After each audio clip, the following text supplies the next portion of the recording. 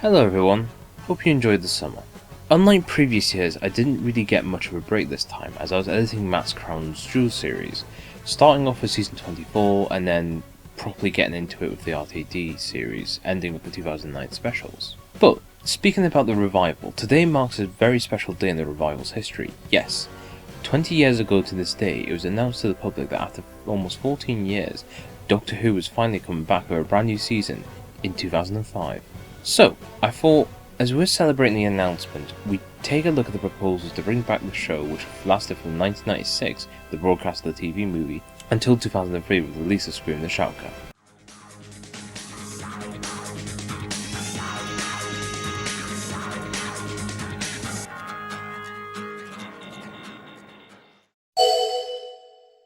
Now, yes, the TV movie isn't part of the revival, but even with the movie now being considered as a continuation of the classic series, it was still proposed as a revival of the series, with the finished project being made as a backdoor pilot to show both the BBC and Fox that the show was still viable to have more episodes made from it.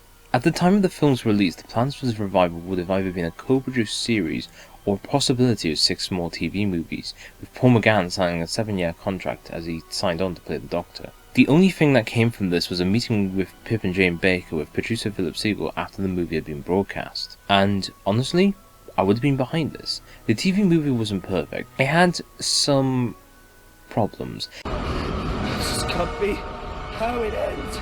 That needed to be ironed out, but it is still a fun adventure. Now, to have Pip and Jane writing for Paul McGann, I think it would have been interesting. Despite time in the Rani, I think that other adventures are entertaining to say the least, so them fighting for Paul could have been something good, if it had happened. But yes, as we all know, the TV movie's chances of future endeavours ended in failure, meaning future plans of co-production was done after the end of 1996, after Fox and Universal didn't sign on any more stories. This now meant that the TV movie was just a 90-minute continuation, without anything progressing further. Just 2 years later in 1998, things were being moved around in the BBC when Mal Young, the head of drama serials, hired Patrick Spence as head of drama development. And with this new hiring, Patrick Spence met up with up-and-coming writer Russell T Davies at the end of 1998, and through this a proposal, internally known as Doctor Who 2000, was created. The proposal itself had some details such as the companion being a janitor, dinosaurs in the basement, which was based from the recent Walk in the Dinosaurs series, an alien watch group led by the companion's grandfather, and the return of the Autons, all on a small late 90s BBC budget. So, these are all great ideas which ended up mostly being in the show itself, except for dinosaurs in the basement, but I guess a spaceship in Victorian London count, don't they? But my big problem with this being a great proposal would have been the fact that a lot of these ideas would have been done in a small BBC budget, which I think would have hampered the show a lot more. But unfortunately this proposal came to a halt when Patrick Spence left his role in 2000.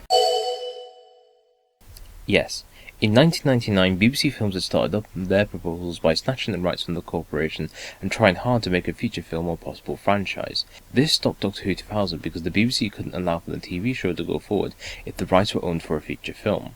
Through this we had a couple of proposals. We had the post-Event Horizon pre-Resident Evil director Paul W. Sanderson and his producer partner Jeremy Bolt, who were hoping to produce the film in 1999.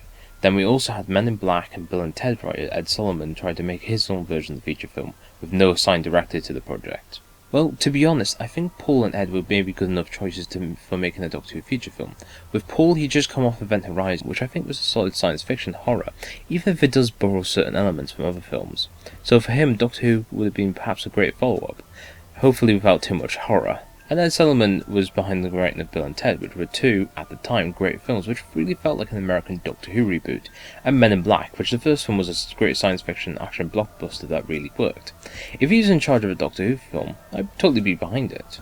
But after many versions proposed by many other writers, directors and producers, eventually some of the people that really wanted to bring Doctor Who back, such as the controller of BBC One, Lorraine Heggessy, finally took back the TV rights to Doctor Who after not enough progress had been done with the BBC Films division, finally allowing Doctor Who to return to TV.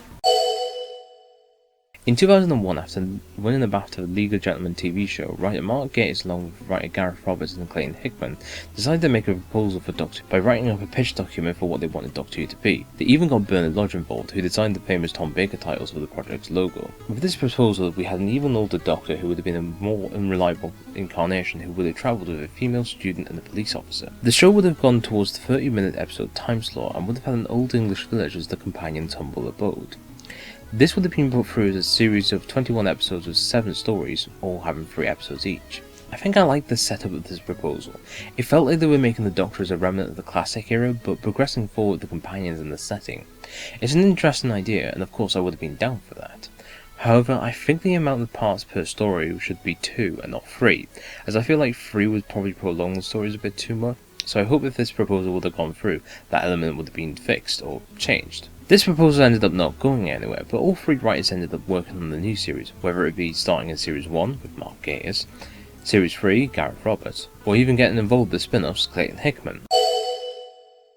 In late 2001, Dan Friedman, the director and producer of the webcast Death Comes to Time, made a proposal that would be submitted to the BBC in 2002. This proposal had the Time Lord character the Minister of Chance, played by Stephen Fry in the webcast, who would have been in the proposed show.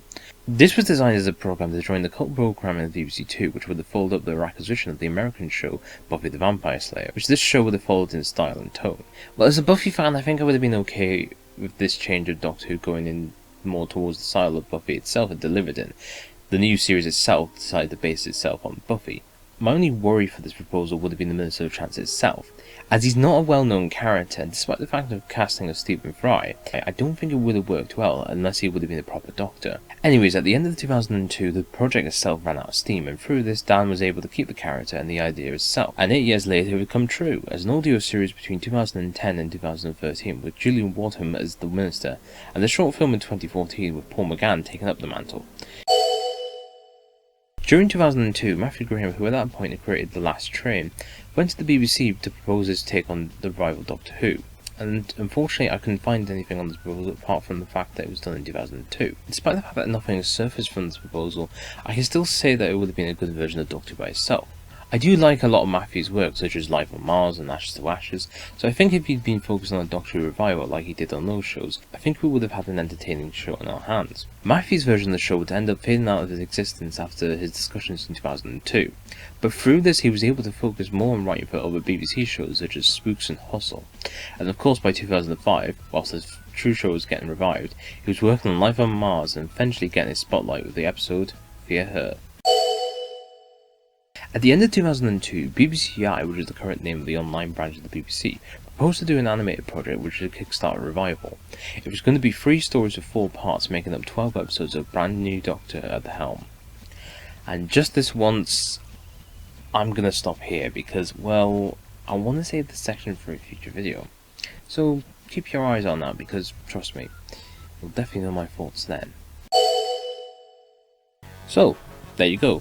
6.5 proposals talked about in this one video, and to be honest, there could be even more. At this point we don't know who else put their chance of making a revival of Doctor Who between 1996 and 2003, but what we do know is whilst everybody else was making their attempt to try to revive the property, secretly the conversations was going on, and eventually, in 2003, they were finalised, and well, I think you know the rest.